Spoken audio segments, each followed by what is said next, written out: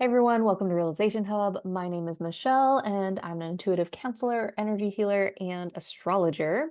Today's video is an energy update for the partial solar eclipse in Virgo happening on September 21st. And I'm going to be going into an in-depth interpretation of the transits as well as any intuitive insights that I get about this eclipse coming up. All right, so the first thing I want to point out overall about this is that a partial solar eclipse on the south node usually tells us that something has to be released or something has to be cleared out of our lives or possibly even come to an ending in order for this new beginning to occur. A solar eclipse, in this case, a partial solar eclipse, is a powerful new moon. Right? And a new moon is a new beginning in a creative cycle. The sun and the moon are always conjunct here. But as you can see, it's falling right here on the south node, which makes it an eclipse and brings more of a karmic, fated, destined energy to this new beginning. But because it's on the south node, it's more emphasized that this is the ending that has to occur for this new beginning to begin. All right. And then the other thing I want to point out about this eclipse is that it's at the 29th degree. This is a critical degree, okay, which means it's a really important degree. So the 29th degree is a volatile degree. You can think of it as an unstable state of energy, kind of like the unstable state of energy you need to transition from one energy into a new energy, from it's like a threshold kind of vibe. It's like walking over a threshold. You have to unplant yourself from that old energy in order to step into the new energy. And so the 29th degree is a little bit volatile in that it is destabilized, like it is in more of a free, state, so that we can step into something new. Okay, but it's like that edge. It's like that edge, right before you step into something new. And the 29th degree can definitely indicate endings. It can definitely indicate like karmic completions and endings that must occur in order for us to move forward into a new energy. And so it's got some intensity to it already, just looking at this new moon in Virgo, this solar eclipse in Virgo. Overall, I'm just going to point things out overall that are standing out to me. We have this kite configuration, which can speak about flowing energies that are supporting us and talents and gifts that we have to draw on and opportunities that we have to draw on. But we might be complacent about that. And so there is a tension that has to occur in order for us to harness the supportive energies and to harness our gifts and to embrace the opportunities and to get it kind of grounded in our lives in some way, right? And then we have an opposition with Saturn and an opposition with Neptune. Neptune's at 0 degrees retrograde, Saturn's at 28 degrees retrograde. This definitely brings a more weighted and sober and maturing and grounded energy into this new beginning. Virgo's ruled by Mercury. Mercury is going to be in Libra here. It's going to be in a trine and also in opposition with those outer planets, Saturn and Neptune. And then we have something really popping out here in this eclipse, which is a yod, a finger of God.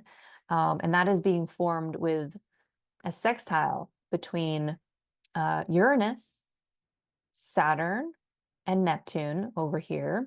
It's creating this sextile, which is like a supportive opportunity. And then it creates this in conjunction. And it creates like this triangle here. So it looks like a tall triangle and it's like pointing at something, a yod, a finger of God. And what it's pointing at, like you can think of these in conjunctions as like an awkward energy where something kind of has to be, repressed or overexpressed or kind of compromised in some way in order to get the result that you want. But it's pointing towards Mars.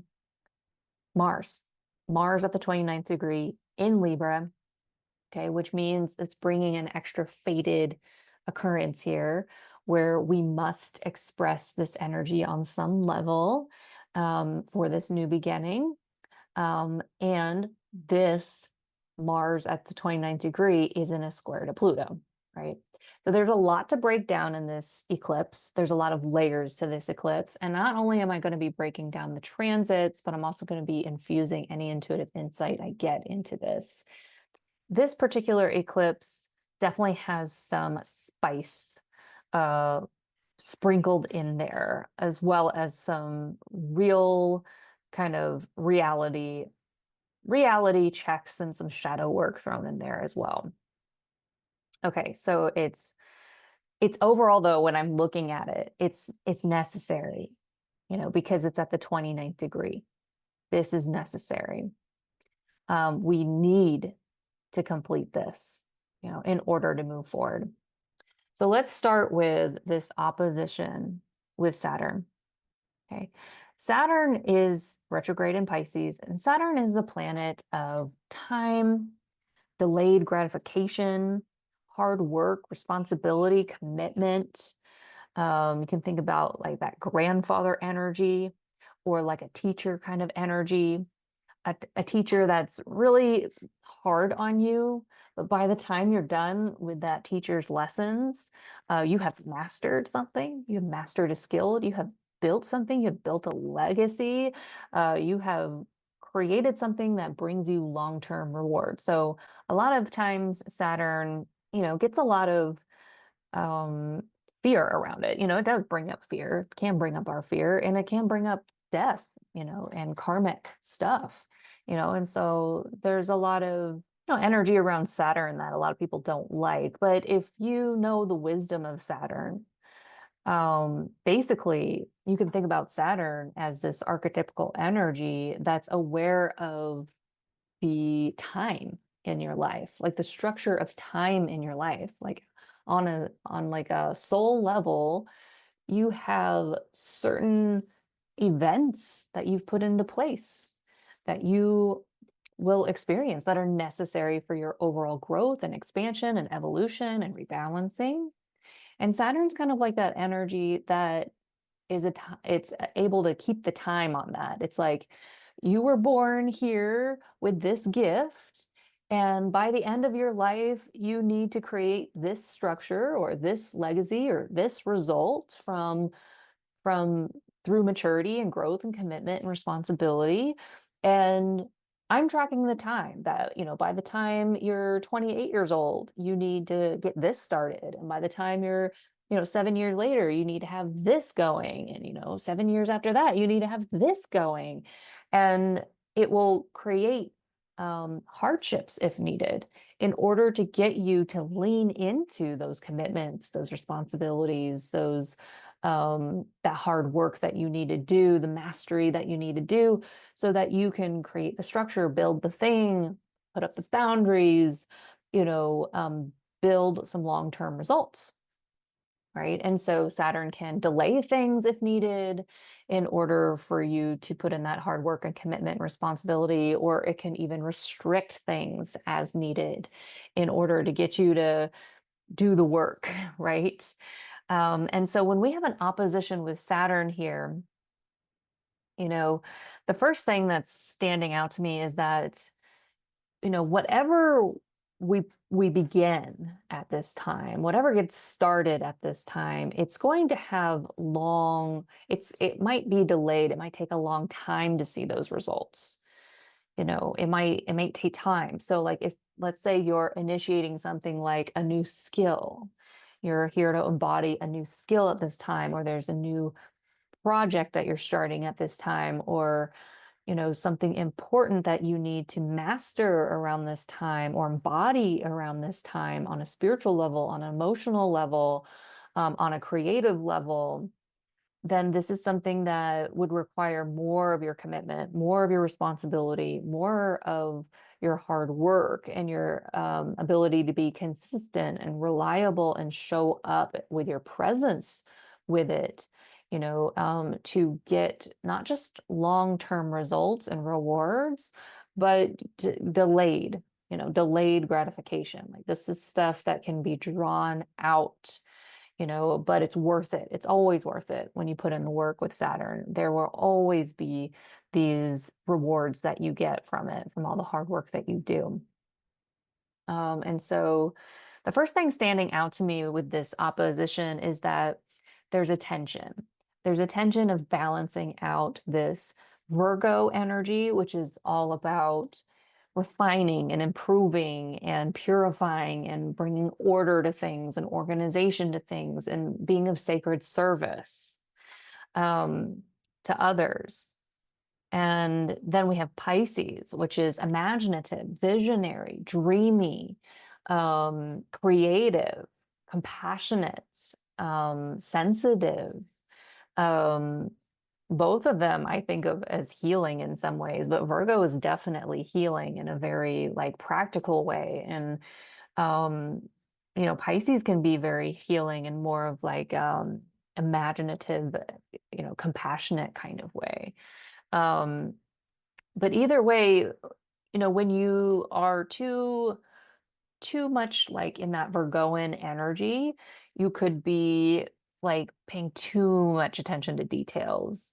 You could be too hypercritical. You could be micromanaging everything. You could be too perfectionistic. You could be letting your inner critic run the show. You could feel like you're, you know, being of service, but maybe at your own detriment on some level, right? And then if you've got too much Pisces, you could be really ungrounded. You could be in a lot of fantasy and delusion and not really in reality and how you can, attend to details so that you can really ground your dreams and make your dreams real. And so I think the good news with Saturn here is that this is a balancing act. It's in Pisces, it's bringing up themes related to our dreams, our creativity, and our spiritual and emotional maturity, and our spiritual and emotional boundaries. And it's there to help us get grounded. It's there to help us get real about our dreams and about our boundaries. And for Pisces, I think that is a very difficult um, a difficult theme for Pisces is boundaries because, Pisces is ruled by um, traditionally Jupiter and Neptune, and Jupiter expands everything, and Neptune is very, it dissolves everything. It's like, it kind of has us being interconnected with everything. And so to have Saturn here, it's kind of schooling us and training us to be more structured, more grounded with this Pisces energy, more boundaried with it.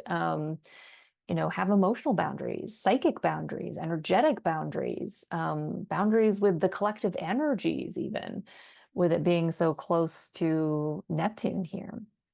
But yeah, with this opposition, we're needing to balance out, Virgo with Pisces. We need to have the vision, but also be aware of the practical details. We need to be trusting and flowing and nonlinear with the way things move forward in our lives. But we also need to draw on our gifts of order and organization and, routine so that we can really embody our dreams and make them more real and grounded. And, we need to be compassionate and open and trusting of our higher power while also refining and improving the process as we go. These are two energies that we're really balancing out. And with Saturn there, that acts like an authority figure or like a teacher that comes through that says, hey, here's this thing that you need to develop, you need to build, you need to train in, right? And if you show up for that and you do the work consciously right now, you recognize, okay, there's something getting initiated right now that requires me to be committed. It requires me to be responsible. It requires me to show up maturely. It requires me to have boundaries, emotional boundaries, spiritual boundaries, psychic development, mastery in, my emotions, mastery in my intuition, mastery with my spirituality. If you recognize that that's the tone right now, then you can lean into that more consciously and really get some good long-term results for that. Um, it's also in opposition to Neptune here, and Neptune is at 0 degrees retrograde. So first of all, 0 degrees is another critical degree. It's kind of at that degree of like we are exploring something new right now, collectively on an energetic level, on a spiritual level.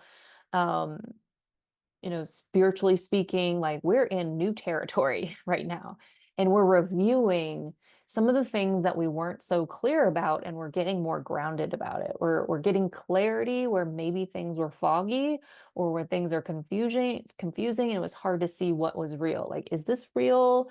Is this not real? I'm confused. I'm lacking information. What's going on?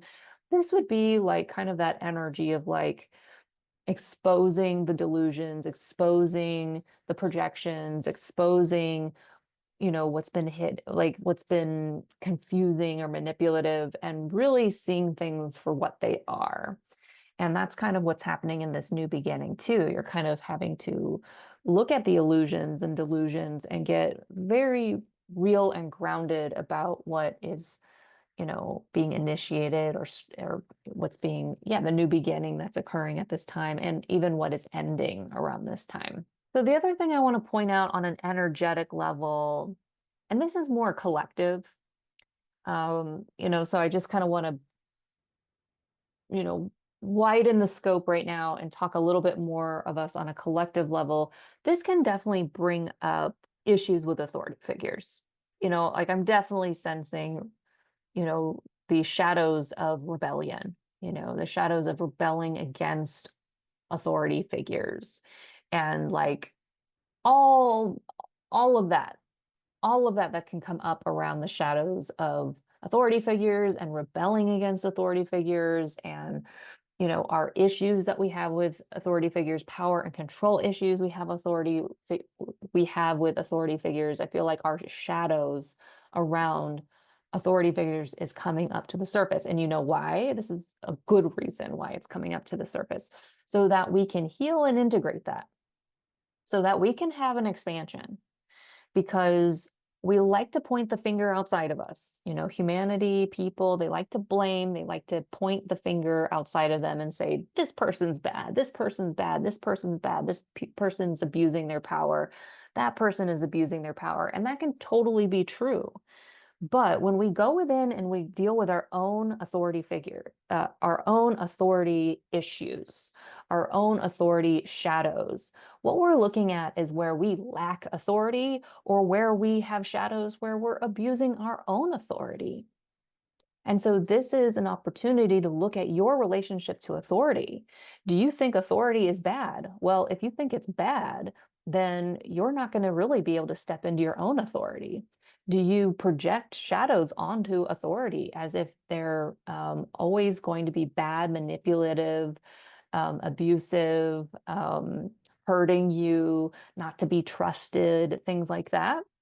Because if you do that, you're really just hurting yourself in your own journey, in your own spiritual evolution. Well, eventually you will mature and come into your own spiritual authority, your own personal authority in your life at some point, whether it's in this lifetime or another lifetime. And so you want to look at that energy of your relationship to authority within you and outside of you, and really work through the shadows at this time, because this new moon is like a karmic release. It's definitely like a karmic release. Things that we have outgrown are releasing, and that's natural. And then we can draw on our gifts and use them in a new way, and use them in a more elevated way. And that might require feedback from authority figures. That might require, receiving constructive criticism. That might require honing in on a new skill and embodying in a new skill, and being willing to be imperfect as you grow and develop that skill. And if you have a teacher or a guide or a person in your life that's like a boss, or someone that's acting as an authority figure, you could be self-sabotaging your own embodiment experience by, not dealing with your own authority shadows, right?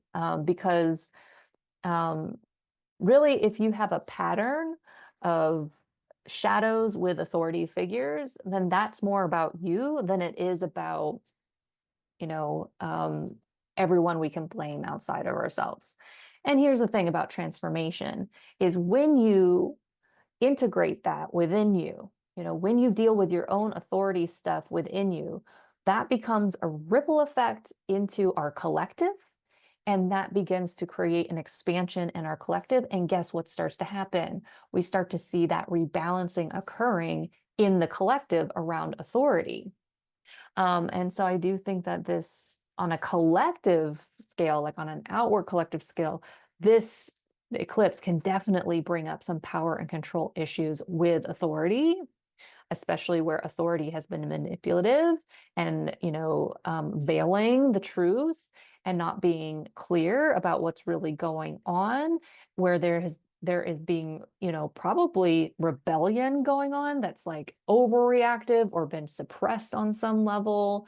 And like, anger, like a lot of intense anger to, break through some of the challenges and some of the things that have been hidden from us, and, some of the structures that are blinding us, and really move through some social action. And that's definitely could be happening more on a collective level, on a wider scale with this solar partial eclipse. But coming back to us on a personal level, I'm just going to take it right back down to us on a personal level. This is an incredible opportunity for you to get real about your dreams, for you to do the work to develop, train, master some new skills in a new way, um, to help you build and ground your dreams.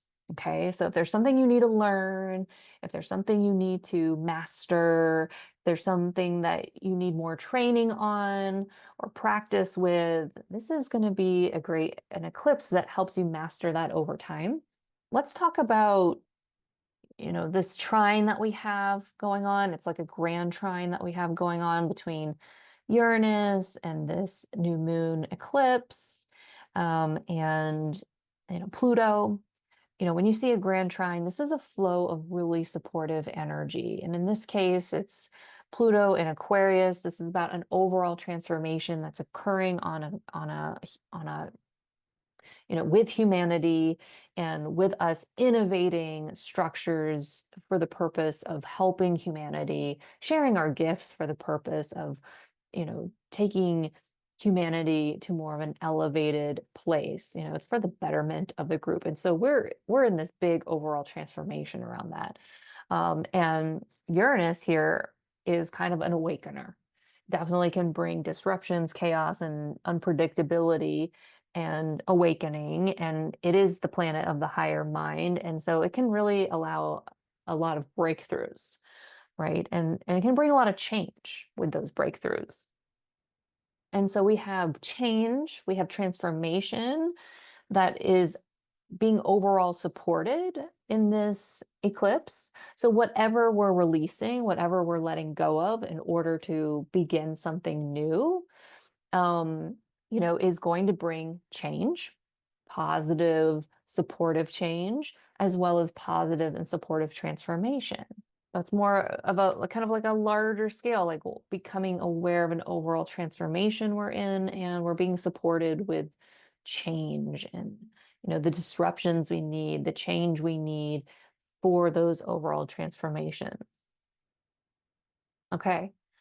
So there's definitely some things coming up around relationships, could be around balance, fairness, justice, truth in our relationships.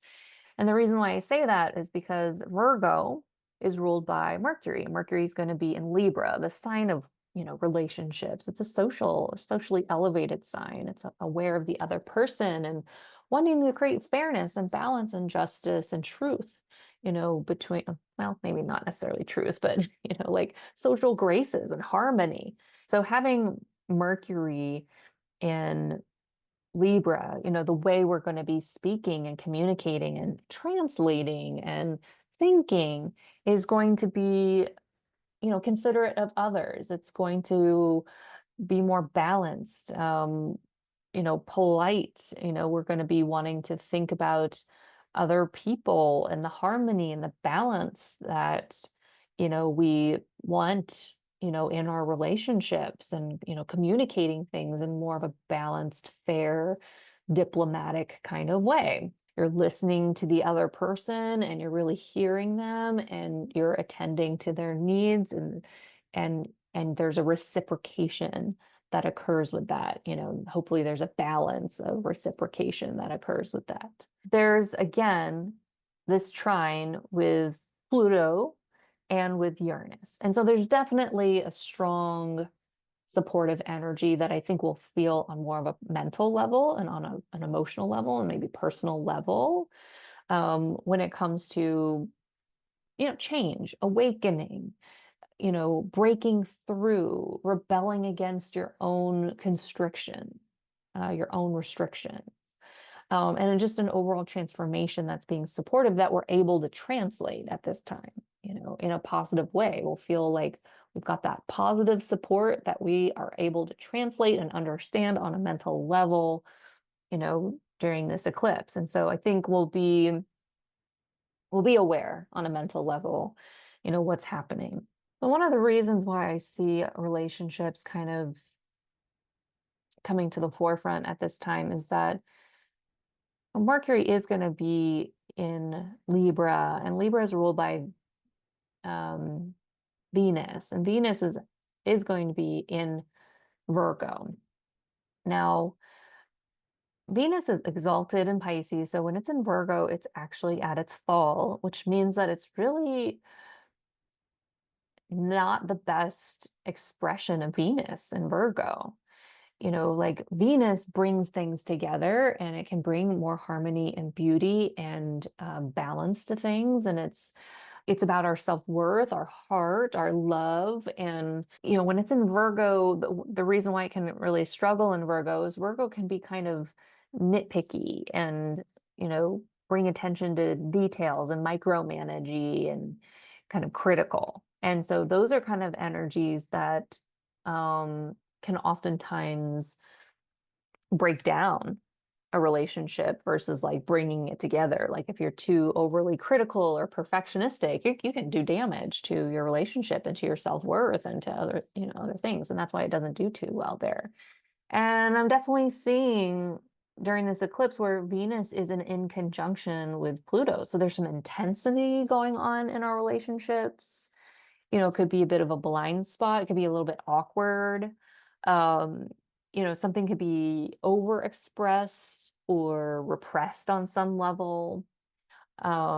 Definitely this speaks to our self-worth and our ability to receive, and where there is some kind of compromise that we're dealing with, in our ability to receive. And, with this square to Uranus, there could be some kind of change or shakeup or awakening or action that's kind of coming out spontaneously around our relationships, regarding the way we communicate and, our attention to details, the way we serve others, and the way we communicate that, and some kind of intensity there that could bring about anything from our traumas, our traumas that affect our self-worth, power struggles in our relationships, as well as like awkward power struggles, as well as, just depth, our ability to, have more depth in our relationships. Which brings me to Mars. Mars is in Libra at the 29th degree. So that's another critical degree. And we have this finger of God pointing at Mars. All right. And so this is speaking to an energy that must be embodied, that must be used during this eclipse. It's very important. And it's squaring Pluto.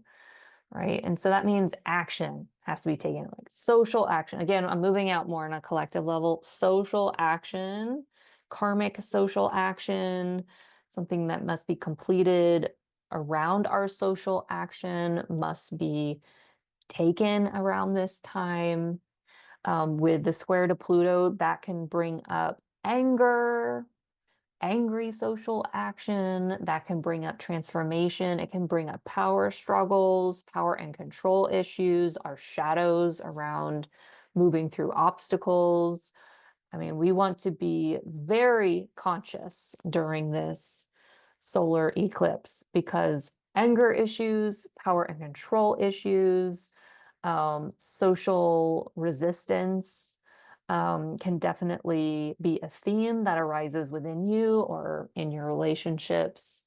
And so I definitely would recommend to be aware of your inner shadows at this time and be prepared to do some shadow work around this time, especially when you feel angry or you start to notice those power and control issues.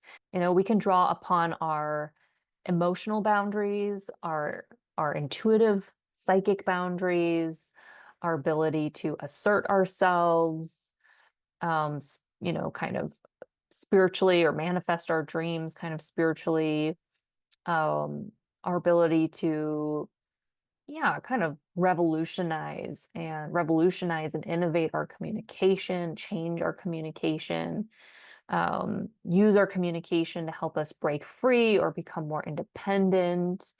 And of course, like being considerate of others as we move through obstacles.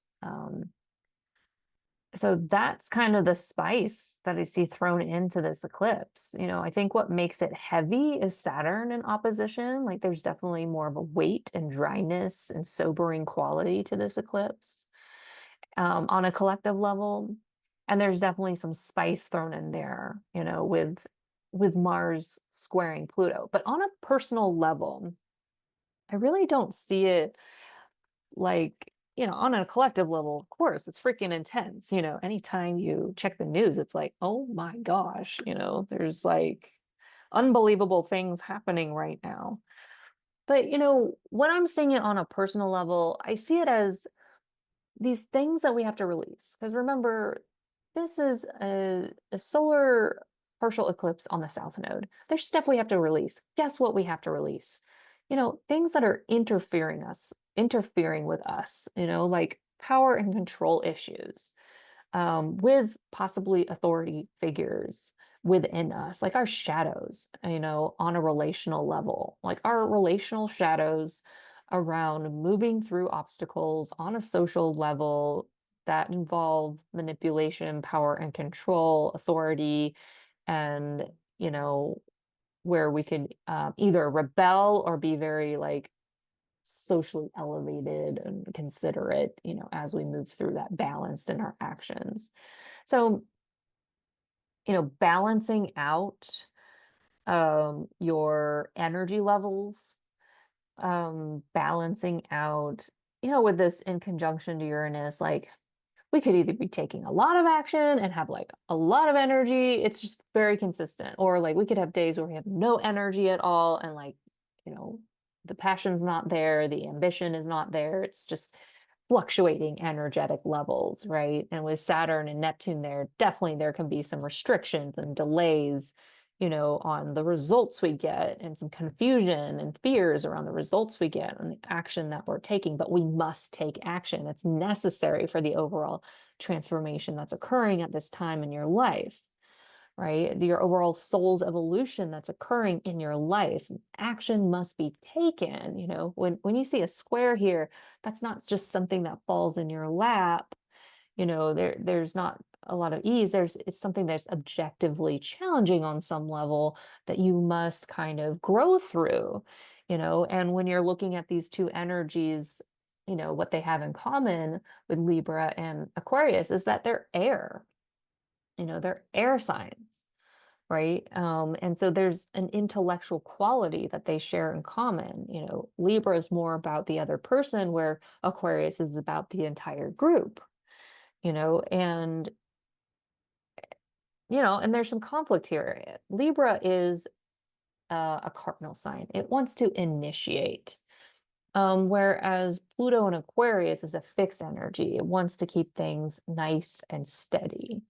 It doesn't want to change its beliefs, right? But yet we have this yod involving, you know, Uranus, and we have these endings possibly occurring, this release that's possibly occurring. So like, change is definitely happening, right? Transformative change is definitely happening. And what's going to help us the most is communicating, communicating in a way that's more balanced, right? And that's the strength that we can lean into at this time, being considerate of the other person, being aware of other people's perspectives and that they might not be the same as yours, but you can still be graceful and respectful in your communication.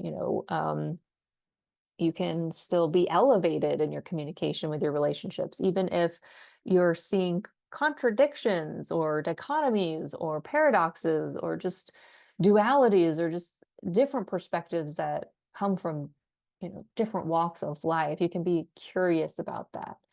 So leaning into the supportive energies right now are going to help you the most.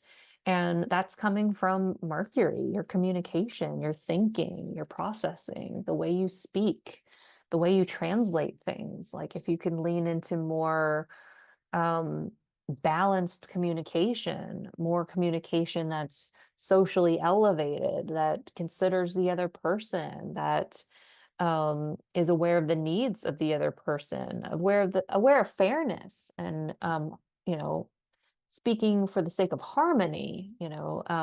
That's what's going to help us and support us during this time, and embracing change and embracing your overall transformation, even if it's intense, even if it's unpredictable. And doing the work, leaning into the Saturn energy around doing the work, showing up with your commitments, being responsible, being grounded, like that's going to be very important. Leaning into the gifts of Virgo, for the sake of this new direction that you may be going in, like, being detail oriented, but not micromanaging things, improving things, but not being perfectionistic.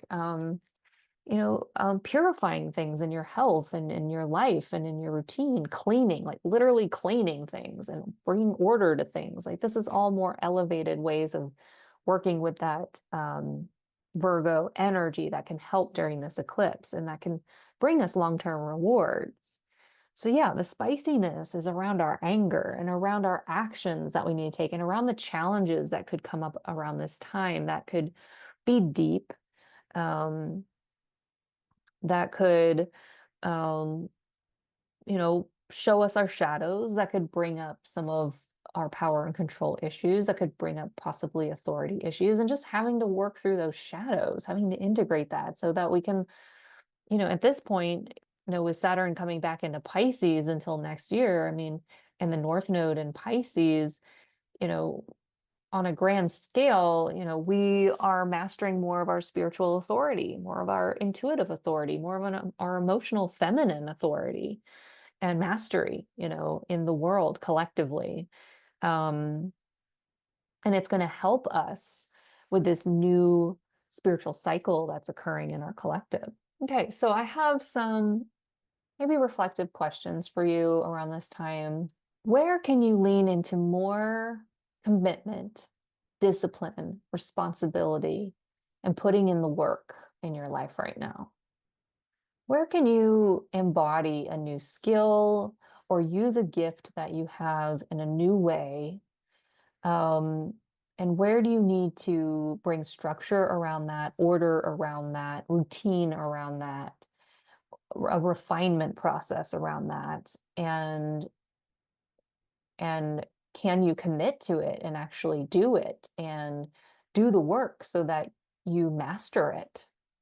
That is a reflective question that you could be asking yourself right now. Another reflective question that you could be asking right now is, where do I feel interference and obstacles on a relational level that might have to do with my self-worth, my lack of ability to receive, my anything internalized around authority issues or power and control issues. These are things to examine within you around integrating, like an integration process, like working with parts of yourself, doing shadow work, or doing kind of relationship healing work around that. These are some things that you can look at for yourself. And of course, if you ever need support with that, you can sign up for an energy healing, or if you've learned some of the psychic tools that I teach you, I can do more of a guided session where I walk you through more of a customized guidance around that. Or you can start taking my classes and learn how to do it for yourself. Those are some options about how to work with that spicy, kind of challenging energy. And actually, I'm going to stop sharing my screen for a moment, and I'm going to just briefly kind of go over, this eclipse and what house it is in for you. So if you are Aries, sun, moon, or rising, this eclipse is going to be in your sixth house of work, health, and your daily routine. So you could be moving away from old health regimens and routines, or maybe even employment towards, this towards something new that's happening, so that you can have a new beginning around your health and routines and employment. With the North Node in your 12th house, there's more of an emphasis overall on an ending in your life. The 12th house does bring endings. If you are a sun, moon, rising with Taurus, this eclipse is happening in your 5th house of romance and entertainment and fun and hobbies and self-expression and creativity. You could be moving away from old ways of expressing yourself, an old creative project, an old romance, creating space for a new romance, a new creative project. You could be going towards new friends, new connections, new communities, new dreams, altruistic activity. You could be using gifts. Maybe you have like a passion or a hobby that you are very passionate about. You could be utilizing that in a new way. If you have Gemini, sun, moon, or rising, this eclipse, the solar eclipse, is happening in your 4th house of home and family. You could be moving away from a home towards something new in your career. You could be, making changes to your home. You could be releasing old ancestral patterns related to your family, your home, old traditions, old patterns related to family, even emotional patterns could be released around this new moon that help you start this new beginning. There could be some karmic stuff around family coming up. For Cancer, sun, moon, or risings, this solar eclipse, this partial solar eclipse, is happening in your 3rd house. And so you could be releasing old ways of communicating that could have been hypercritical, perfectionistic, anxious, things like that, and creating space to use this energy of Virgo in more, in a new way, communicating in a new way after that release. Is probably a karmic release in your thinking and communication. It could also bring up themes of local transit, neighbors, siblings, as well as early childhood education. Leo, for those of you that have sun, moon, or rising with Leo, this could be bringing about themes related to your earned income, your self-worth, and your values and your material possessions. You could be moving away from an old income stream. You could be releasing old patterns around your self-worth. You could be letting go of a material possession. And creating space to begin a new way of making money or a new way of showing up based on a new sense of self-worth, um, or making space for a new material possession. If you have Virgo, sun, moon, or rising, this eclipse is all about you and your personality and your identity. And you could definitely be releasing old identities, and moving towards new experiences in your close relationships. If you are a Libra, sun, moon, or rising, this eclipse is happening in your 12th house. This is going to emphasize endings for you, karmic completions and endings for you, things that are seen or hidden.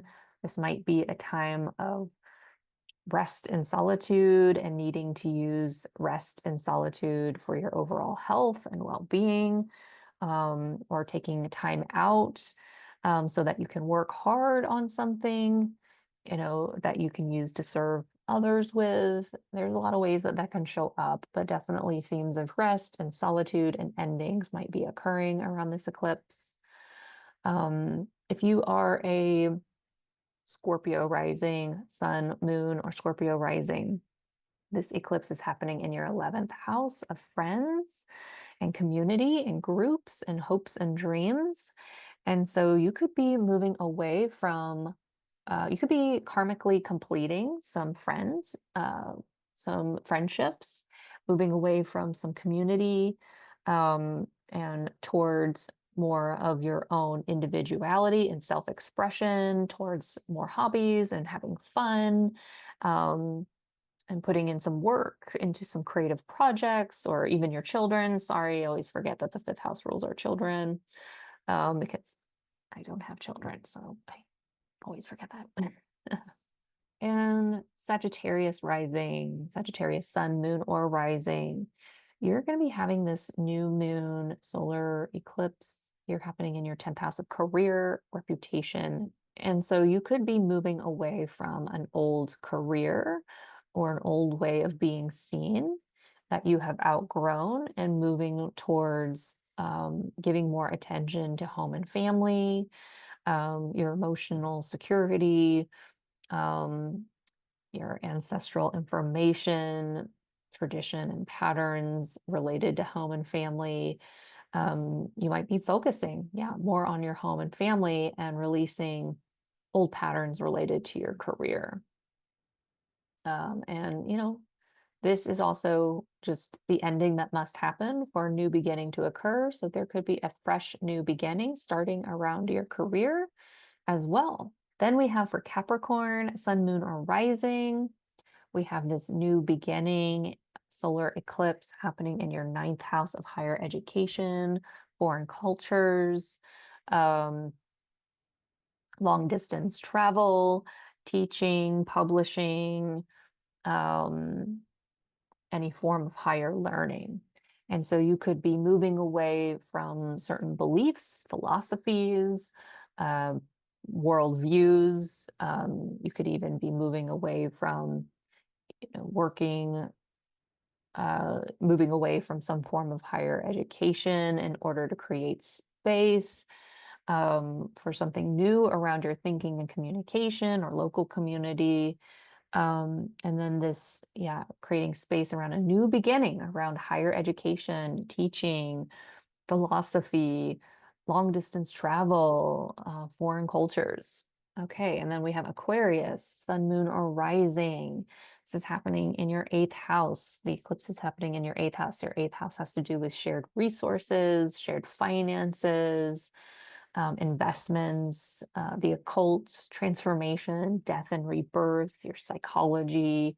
And so, you could be moving away from shared resources. You could be releasing like an investment or shared resources, or just moving away from fears, being like really anxious about those fears. And, or you could be, using your shared resources in a new way. And then if you have sun, moon, or rising in Pisces, This eclipse is going to be happening in your seventh house of close partnerships, marriage, and contracts. And so you could be moving away from a relationship.